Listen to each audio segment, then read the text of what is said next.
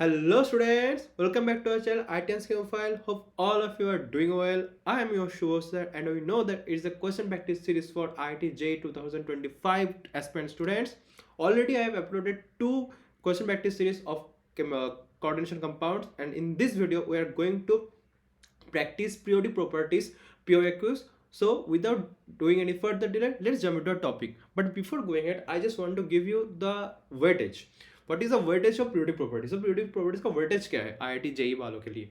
तो on and average आप देख सकते हो हर यार एक से दो क्वेश्चन पूछा जाता है यहाँ से, और एक से दो क्वेश्चन मतलब 4 to 8 का इसका वेटेज रहता है। ओके, और ये है इसका कंटेंट्स। तो कंटेंट्स में क्या क्या है? मॉडर्न पीरियोडिक टेबल और जो उसका ट्रेंड्स रहता है, पीरियोडिक प्रॉपर्टीज का ट्रेंड्स वगैरह रहता है। ओके, सो हम अब पहला उसका फर्स्ट क्वेश्चन देख लेते हैं। ओके अगेन, तो क्वेश्चन आ गया, आपको क्या करना है, वीडियो को पॉज करना है and you need to guys drop your answer in the comment section. Okay, तो क्या पूछा है question? The IUPAC nomenclature of an element with electronic configuration radon 5f14 61 7s2। Okay, जो रेडॉन का जो एटॉमिक नंबर होता है ना वो 86 होता है। ओके, अगर मान लीजिए आपको एग्जाम हॉल में याद नहीं आ रहा तो कैसे याद रखना है? आपको बस उसका जो ग्रुप है, उस 18 जो है ग्रुप है उसका, वो याद रखना है। ठीक है, जो ग्रुप 18 का जो एलिमेंट रहता है, जो group 18 sorry not fluorine, neon, argon, krypton, xenon, then radon. Okay, जो नियॉन का होता है उसका होता है एटॉमिक नंबर 10, फिर 8 एड ऑन करना पड़ता है, उसके बाद 18 एड ऑन करना पड़ता है मतलब 36, उसके बाद क्या होता है 54, उसके बाद होता है 86 मतलब 8 add on, 18 add on, 18 add on और फाइनली 32 होता है। ये ड्यू टू 2 एन स्क्वायर का फॉर्मूला की वजह से होता है। ओके, अब क्या होगा? तो रेडॉन का 86 आ गया, तो 86 plus 14 it is become 100, 1 plus 2 so it becomes 103। Okay, तो 1 के लिए क्या होता है अन, 0 के लिए क्या होता है नील, 3 के लिए क्या होता है ट्राई, और आखिर में आपको यम ऐड करना पड़ता है, तो अननील ट्रियम। तो the right answer is D. Okay guys, चलिए अगेन आपको वीडियो को पॉज करना है and you need to guys drop your answer in the comment section. Okay, outermost electronic configuration of a group 13 element E is 4s2 4p1. The electronic configuration of an element of p block period 5 placed diagonally to element E is okay. तो group 13 में उसको इसमें पूछा है कि जो group 13 है element E 4s2, मतलब इतना तो समझ में आ ही गया, फोर्थ पीरियड का एलिमेंट है। ओके, ये फोर्थ पीरियड का एलिमेंट है, तो हम जल्दी से वो लिख लेते हैं। जो ग्रुप 13 का सीरीज होता है तो क्या होता है बेगन, जो ग्रुप 13 बेगन, आलू, गाजर, इंडी, थैला। ओके, और इसका जो कॉमन इलेक्ट्रॉन कॉन्फिगरेशन रहता होता है वो होता है NH2 NP1। ओके गाइस, ठीक है, तो ये सेकेंड पीरियड हो गया, ये थर्ड, ये फोर्थ, ये फिफ्थ, ये सिक्स्थ। ओके, अब जो क्या पूछा है 4s2 4 पीरियड मतलब गैलियम का कॉन्फिगरेशन गिवन है। जो ई है, E is nothing but gallium. Okay, 4s2 4p1 पूछा है। तो electronic configuration of element of P block period 5 place diagonally, तो यहाँ पे जो ये पूछा है जो भाई साहब, इसका कितना होगा? ओके, तो हम जल्दी से ग्रुप 14 का भी सीरीज लिख लेते हैं। तो इसमें होता है का, शी, जय, सन, पवित्र। ओके, तो एसएन मतलब 3 हो गया। ओके गाइस, तो इसका इलेक्ट्रॉनिक कॉन्फिगरेशन पूछा तो इसका कितना होगा? अगेन हम देख लेते हैं। चलिए, कार्बन का होता है 6, तो 8 एड ऑन करना पड़ेगा बस 14, फिर 18 एड ऑन करना पड़ेगा 32, और फिर से अगेन मतलब 8 18 देन अगेन 18 ऐड ऑन करना पड़ता है, फिर 50, तो हो गया इसका 50।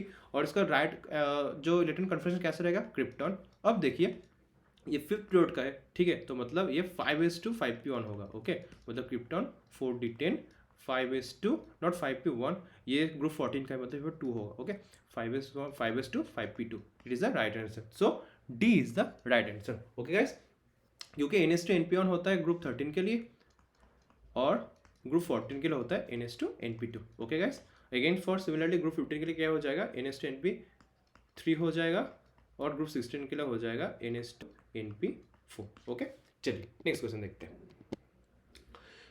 Henry Moseley studied characteristic X-ray spectra of elements. A graph which represents his observation correctly is, तो देखो जो इसका इक्वेशन होता है ना वो होता है root new equal to A minus J minus B. Okay, A और बी तो कांस्टेंट होता है, और जो न्यू होता है ये होता है फ्रीक्वेंसी। ओके, जो एक्सरे है ना इसका ही होता है जो फ्रीक्वेंसी, और जो जेड होता है वो होता है एटॉमिक नंबर। ओके, तो हम देख सकते थे अगर यहाँ पर वाई एक्सिस में रूट न्यू रहेगा तो एक्स एक्सिस में जेड रहना चाहिए। तो चलिए इस बेसिस में हम पहले देखते हैं।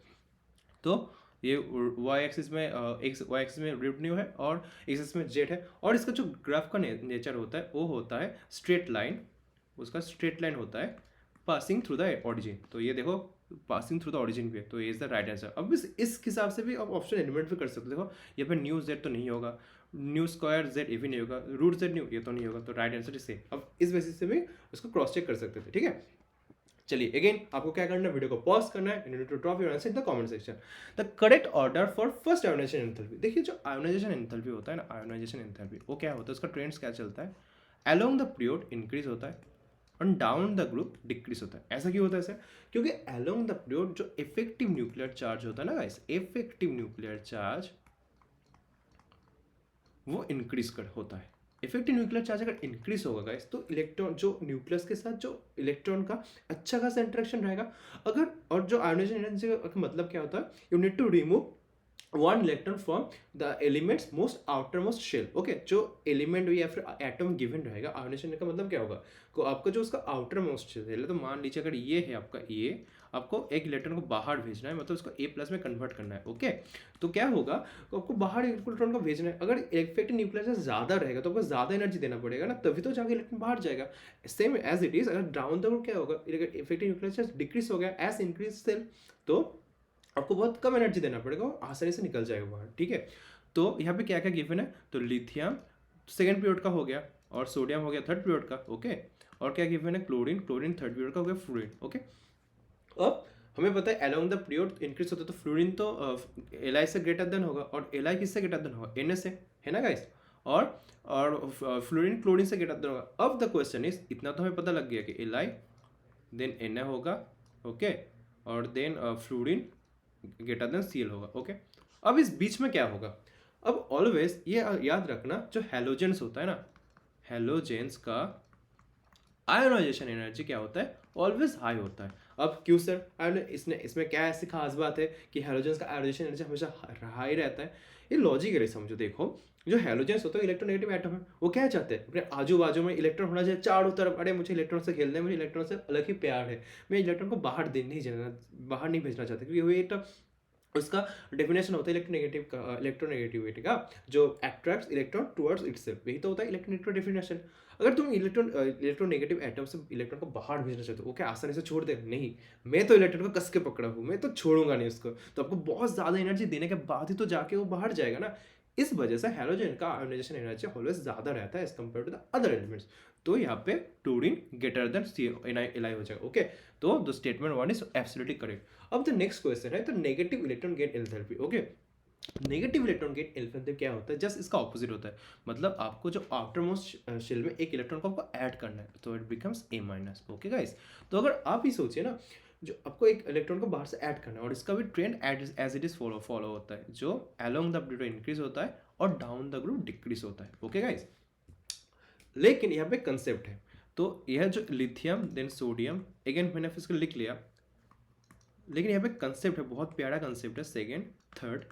द थिंग इज, मैंने क्या कहा, आपको एक इलेक्ट्रॉन को ऐड करना है, ठीक है। तो फ्लोरीन प्लस इलेक्ट्रॉन, अपने एक इलेक्ट्रॉन को ऐड किया F माइनस, और क्लोरीन प्लस इलेक्ट्रॉन, अपने एक इलेक्ट्रॉन को ऐड किया।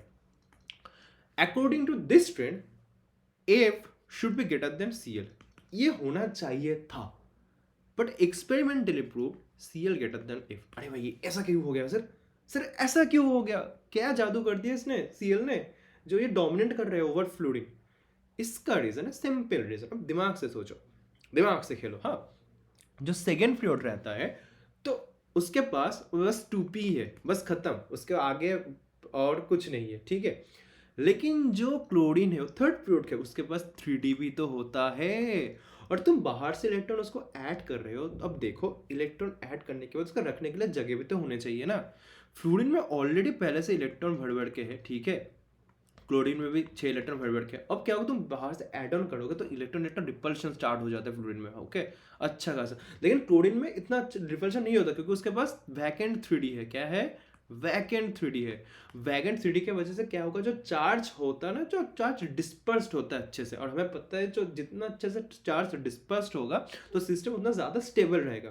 तो इस वजह से क्या होता है, जो क्लोर Cl minus is more stable then F minus होता है। Okay, due to vacant 3d तो प्रेजेंट है, और चार्ज डिस्पर्शन, क्या बोला मैंने, चार्ज डिस्पर्शन। तो जो Cl ग्रेटर देन फ्लूरीन होता है, और जो इसका जो हैलोजन का इसका ट्रेंड चलता है ना, उसके बाद Br आता है, उसके बाद आयोडीन आता है। ओके, ये एक्सपेरिमेंटली ऑब्जर्व्ड। ओके गाइस, और जो लिथियम और सोडियम में ये तो नॉर्मली था, ठीक है, तो लिथियम तो ग्रेटर देन ही होगा Na से, क्योंकि डाउन द ग्रुप ये डिक्रीज होता है नेगेटिव इलेक्ट्रॉन की लेंथ। तो correct order is Cl, then fluorine, then lithium, then Na। Okay, तो ये भी देखिए Cl, फ्लूरीन, Li और देन सोडियम। ओके, तो स्टेटमेंट 2 भी राइट है, स्टेटमेंट 1 भी राइट है, तो right answer is both statement 1 and 2 are true, तो B is the right answer. Okay guys, चलिए नेक्स्ट क्वेश्चन। अगेन आपको वीडियो को पॉज करना है and you need to drop your answer in the comment section. Okay, और आखिरी में जाकर आपको ये भी बोलना है आउट ऑफ 10 क्वेश्चन कितना क्वेश्चन आप लोगों का सही हुआ है। ओके गाइस, चलिए the total number of isolated, isolated का मतलब क्या होता है, सेम इलेक्ट्रॉन होना चाहिए, और आइसो का मतलब होता है सेम। ओके, सेम इलेक्ट्रॉन रहना चाहिए।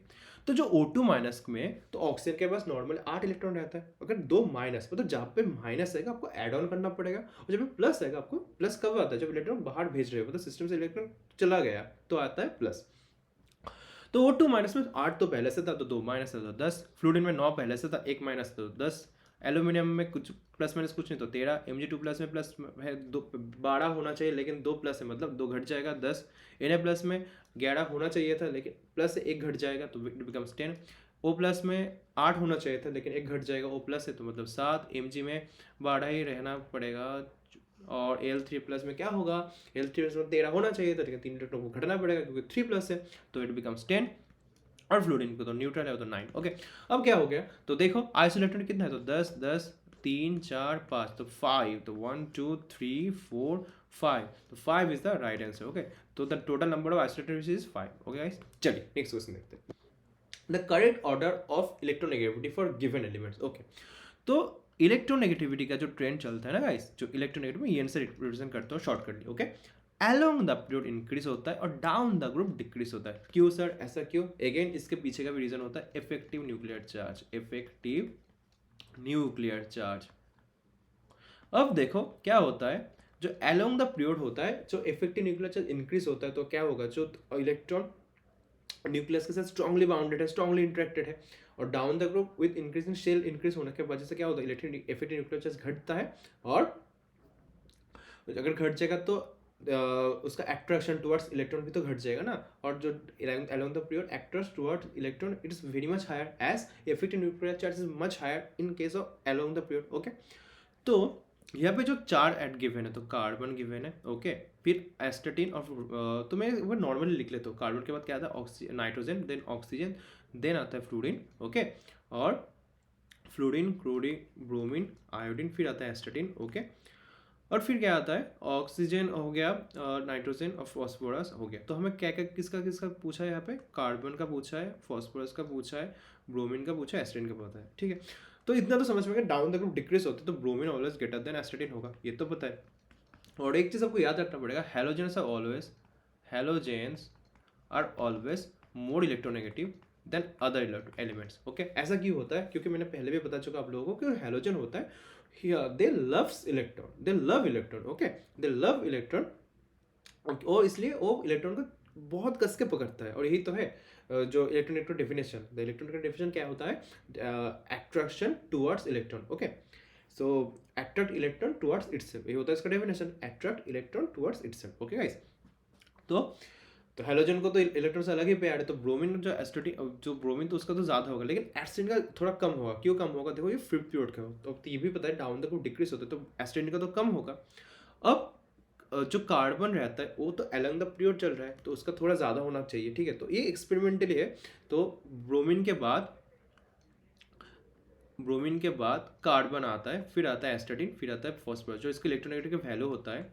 ओके, ये 3 होता है, कार्बन के केस में 2.5 होता है, एस्टेटिन के केस में 2.2 होता है, फॉस्फोरस के केस में 2.1 होता है। ओके, ये थोड़ा याद रखने वाला क्वेश्चन था, लेकिन फिर भी आप थोड़ा लॉजिक भी इस पर लगा सकते हो। जैसे मैंने कहा कि ब्रोमीन इलेक्ट्रोनेगेटिव, जो इलेक्ट्रोनेगेटिव एटम होता है, हैलोजन होता है, जो उसका इलेक्ट्रोनेगेटिविटी हाई रहता है। ओके, तो ब्रोमीन तो पहले आ गया, एस्टेटिन का लो होगा, तो बीच में कार्बन के लिए तो थोड़ा आपको याद रखना पड़ेगा इसका वैल्यू। ओके, तब जाके हो पाएगा आंसर। ओके, तो D is the right answer. Okay, चलिए next question. Again you need to guys pause the video and drop your answer in comment section. Okay, the ionic radii of K+, Na+, Al3+ and Mg2+ are.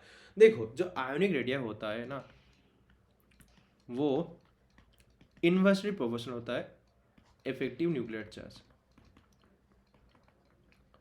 क्यों sir inversely proportional क्या क्यों होता है? देखो effective nuclear charge अगर increase होगा, जो effective nuclear charge है अगर वो इंक्रीज होगा, ठीक है, तो क्या होगा, वो न्यूक्लियस के पास आ जाएगा सिस्टम। अगर न्यूक्लियस के पास आ जाता है सिस्टम तो क्या होगा, जो आयोनिक रेडिया होगा ना वो तो डिक्रीज हो जाएगा ना गाइस, है ना। और इफेक्टिव न्यूक्लियर चार्ज किसका ज़्यादा होगा, जिसके पास ऑक्सीजन, जिसका ऑक्सीजन स्टेट ज़्यादा होगा। ओके, तो यहाँ पे हम देख सकते हैं जो Al3+ ऑक्सीजन स्टेट में, तो इसका तो सबसे कम हो जाएगा आयोनिक रेडिया, क्योंकि इसमें इफेक्टिव न्यूक्लियर चार्ज सबसे ज़्यादा है, तो इफेक्टिव न्यूक्लियर चार्ज ज़्यादा रहेगा तो आयोनिक रेडिया कम हो जाएगा। तो फिर आएगा Mg2+, क्योंकि 2+ है। अब Na+ और K+, तो हमें पता है जो Na+ होता है थर्ड पीरियड का है एलिमेंट, और जो K+ है फोर्थ पीरियड का एलिमेंट है ना गाइस। अब देखो हमें पता है जो with increase the shell the size become increase, है ना, तो थर्ड पीरियड से तो फोर्थ पीरियड का उसका तो साइज ज़्यादा रहेगा, तो इसके बाद आएगा Na+, फिर हो जाएगा K+। ओके, और ये तीन का क्यों सेम हुआ, अब एक पूछ सकते हो, क्योंकि ये अलोंग द पीरियड था, अलोंग द पीरियड। तो अलोंग द पीरियड आपको तो वही देखना पड़ेगा कि अलोंग द पीरियड अगर आप राइट टुवर्ड्स राइट जाओगे तो क्या होता है, if due to increase effective nuclear charge the size become decrease. ऊपर से ऑक्सीजन इन लोगों का हाई है तो इन लोगों के ऊपर जो इफेक्टिव चार्ज है वो और ज़्यादा रहेगा, ठीक है। तो Na, Mg और Al तीनों तो सेम पीरियड का था, ठीक है। तो वो इसलिए इसकी वजह से इन तीनों में से Na+ का ज़्यादा होगा, क्योंकि due to less charge on Na atom, और K+ का क्यों ज़्यादा होगा, क्योंकि उसमें सेल इंक्रीज हो रहा है, ठीक है, फोर्थ पीरियड में चला गया तो ऑब्वियसली उसका साइज बड़ा हो जाएगा, ठीक है। तो the right order is K+ आ गया, फिर Na+, then Mg2+, then Al3+, तो right order is B। Okay guys, ठीक है, चलिए नेक्स्ट क्वेश्चन देखते हैं। तो आपको मैच करना है, अगर ऐसा क्वेश्चन पूछता है ना तो आपको जो बेसिक कंसेप्ट और जो अच्छे सबको आता है वह सबको स्टार्ट करना चाहिए, ठीक है। हमें पता है जो यहाँ पे सिस्टम है chlorine, sulphur, germanium, arsenic, francium, radium, fluorine, oxygen. तो हमें पता है जो फ्लोरीन ऑक्सीजन का नेचर क्या है, तो इलेक्ट्रोनेगेटिव एटम है। तो हम देखते हैं कि ऐसा कोई ऑप्शन है क्या इसमें, तो F&O elements with highest electronegative, सही है, डी के साथ एक जाएगा। अब आपको ऑप्शन एलिमिनेशन के थ्रू प्रोसीड करना है, तो डी के साथ एक किस में है, बी में है, सी में, तो ए को हटा दो, डी को हटा दो। ओके, अब हमें पता है जो फ्रांसियम और रेडियम होता है ये तो बहुत इसका एटॉमिक साइज बहुत ज़्यादा रहता है, क्योंकि बहुत लास्ट आखिर में आता है ना, ये 5th-6th पीरियड में आता है, तो इसका तो एटॉमिक साइज ज़्यादा होगा, ठीक है, 5th, 6th, 7 में आता है।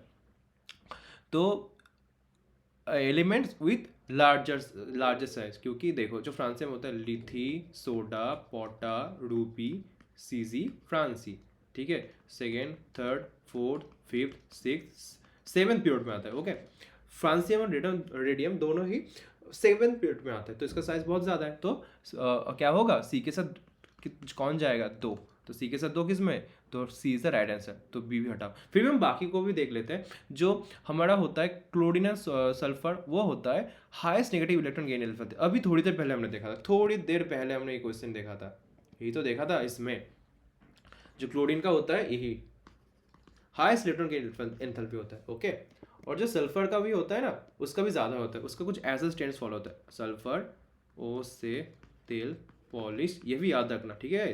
तो ये उसका एक्सपेरिमेंटली होता है। इसका भी अगर लॉजिक पूछना चाहते हो तो ऑक्सीजन के ऊपर वही अगर इलेक्ट्रॉन आएगा तो इसमें बहुत ज़्यादा इंटर रिपल्शन होता है, ठीक है, तो इसकी वजह से ऑक्सीजन लिस्ट होता है, एक्सपेरिमेंटली प्रूफ है, और इसका लॉजिक पीछे का यही है। जो सेकंड पीरियड में जो इंटर इलेक्ट्रॉनिक रिपल्शन बहुत ज़्यादा रहता है when one electron comes into the outer most shell, लेकिन जो थर्ड फोर्थ पीरियड में उसमें तो ज़्यादा नहीं होगा, क्योंकि उसमें जो चार्ज अच्छे से डिस्पर्स्ड हो सकता है। ओके, ये हो गया। तो जो हो गया आपका क्लोरीन और sulphur, it becomes 4, and the last one the germanium and arsenic, it is show metals, both metals and non metals properties, तो करेक्ट आंसर इज सी। चलिए नेक्स्ट क्वेश्चन देखते हैं। The correct order of hydration enthalpy, तो hydration enthalpy का क्या होता है, जो हाइड्रेशन एंथैल्पी होता है ना, हाइड्रेशन एंथैल्पी, ओके गाइस, ये प्रोफेशनल होता है चार्ज के अपॉन साइज। ओके, तो जितना ज़्यादा चार्ज रहेगा उतना ज़्यादा हाइड्रेशन एंथैल्पी इंक्रीज होगा। ओके, और अगर साइज बढ़ेगा तो हाइड्रेशन एंथैल्पी डिक्रीज होगा। हम देखते हैं, तो यहाँ पे हम देख सकते हैं मैग्नीशियम 2+ और कैल्शियम 2+, इन दोनों में ही चार्ज तो सेम है, लेकिन द थिंग इज Mg का साइज छोटा है। अगर साइज छोटा होगा तो हाइड्रेशन एंथैल्पी ज़्यादा होगा। तो Mg का हाइड्रेशन एंथैल्पी मैं Ag से लिखता हूँ, तो Mg 2+ का ज़्यादा रहेगा एज कम्पेयर टू कैल्शियम 2+। तो चलिए हम ऑप्शन एलिमिनेशन थ्रू प्रोसीड होते हैं। तो C ग्रेटर देन D, तो इतना तो समझ में आ गया, C ग्रेटर देन D होगा। ओके, सॉरी D नहीं, सॉरी कहाँ पे कैल्शियम, सॉरी E है, तो C ग्रेटर देन E। तो C ग्रेटर देन E होगा, C ग्रेटर देन E होगा, तो इसको हटाओ, C ग्रेटर देन E। अब क्या होगा, बचता कौन है, जो potassium Rb plus caesium. Okay, rubidium, तो हमें पता है लिथी, सोडा, पोटा, रूबी, सीजियम। ओके, तो हमें पता है जो पोटेशियम का साइज जो छोटा है एज कम्पेयर टू रुबिडियम, और रुबिडियम का छोटा है सी एस से, मतलब जो साइज के ऑर्डर है, साइज वो K+ less than rubidium less than caesium. तो अगर ये ऑर्डर साइज का होगा तो साइज अगर छोटा रहेगा तो हाइड्रोजन लेवल ज़्यादा होगा, तो हाइड्रोजन लेवल का ओवर इसका रिवर्स हो जाएगा, मतलब K+ greater than Rb+ than CS+। Okay, तो मतलब K+ आगे आ जाएगा, तो K+ कहाँ पे, A, मतलब CD, उसके बाद A आएगा, और उसके बाद आएगा CDA, उसके बाद आएगा B, उसके बाद आएगा D, CE, सॉरी मैं DE क्यों लिख रहा हूँ, CE में था ना कैल्शियम, तो C then E then A then B then D। Okay, तो ये इज द राइट आंसर, तो CEABD, तो A is the right answer. Okay guys, A is the right answer. चलिए, सो अगेन आपको क्या करना है, वीडियो को पॉज करना है and you need to guys drop your answer in the comment section. तो मैच द लिस्ट 1 और 2। तो अच्छा, तो यहाँ पे एक अच्छा क्वेश्चन है, जो ऑक्साइड होता है, ठीक है, 4 तरह का ऑक्साइड होता है, एक होता है एसिडिक, एक होता है बेसिक, एक होता है आपका न्यूट्रल, और एक होता है एम्फोटेरिक। एम्फोटेरिक में मतलब एसिडिक और बेसिक बोथ दोनों का ही गुण है, ठीक है, तो इसको एम्फोटेरिक कहा जाता है, एम्फोटेरिक। जो नॉन मेटल होता है ना गाइस, वो एसिडिक होता है। ओके, और जो बेसिक का क्या होता है, जो मेटल ऑक्साइड होता है। ओके, और जो न्यूट्रल में 3 ही होता है, ये तो बहुत आसान है, CO, NO, N2, जहाँ पे ये तीनों देखेगा, जो कोई भी इनमें से होगा वो न्यूट्रल हो जाएगा। और जो एम्फोटेरिक होता है उसमें आता है zinc, aluminium, okay, then arsenic आता है, ऐसे आता है, इसका ट्रिक्स भी आता है, ठीक है, मैं अभी बाद में आपको सिखा दूंगा कभी, जब मैं पीरियोडिक प्रॉपर्टीज का लेक्चर लेके आऊँगा उस टाइम पे। ओके, तो हम देखते हैं इस तीनों से इसका ये ऑटोमेटिकली निकल जाएगा। देखो, एसिडिक होता है नॉन मेटल, बेसिक होता है मेटल, तो यहाँ पे मेटल कहाँ पे, सोडियम मेटल। ओके, तो सोडियम तो जो है तो वो हो गया बेसिक अपना। वह मैंने कहा न्यूट्रल CO, NO और N2 होता है, तो N2 हो गया मेरा न्यूट्रल। ओके, और मैंने कहा जिंक, एल्यूमिनियम, आर्सेनिक ये वगैरह हो जाता है आपका एम्फोटेरिक, तो जो हो गया एल्यूमिनियम वो हो गया एम्फोटेरिक, और बचा क्या, Cl2O7, ये एक नॉन मेटल है, तो नॉन मेटल बिकम्स एसिडिक। तो राइट आंसर कौन सा है, तो हमको देखना है, तो हमें देखना है बस वही, तो D के साथ हो गया 3, तो D के साथ 3 किस में है, तो इसमें ये देखिए एक ही था, मतलब बस आपको न्यूट्रल देखना था और बाकी तो ऑटोमेटिक निकल जाता है, बस D के साथ थी और बाकी सबको हटा दो पहले से, तो the B is the right answer. Okay guys, okay, तो हो गया आज के लिए, तो प्रॉपर्टीज का भी क्वेश्चन हमने प्रैक्टिस कर लिया। इन और अपकमिंग वीडियो में P ब्लॉक लेके आना हो, P ब्लॉक का हम क्वेश्चन प्रैक्टिस करेंगे, और आपको क्या करना है, आपको जो कमेंट सेक्शन में बताना है आउट ऑफ 10 क्वेश्चन कितना क्वेश्चन हम लोग का सही है, ऑनेस्टली आंसर देना है, ठीक है गाइस। और अगर वीडियो को आपको अच्छा लगा होगा, क्योंकि ऐसा क्वेश्चन प्रैक्टिस आता रहेगा हर दिन अप टू 31 जनवरी, तो हमारे साथ जुड़े रहिए। तो don't forget to subscribe our channel, stay tuned with us and thank you for watching.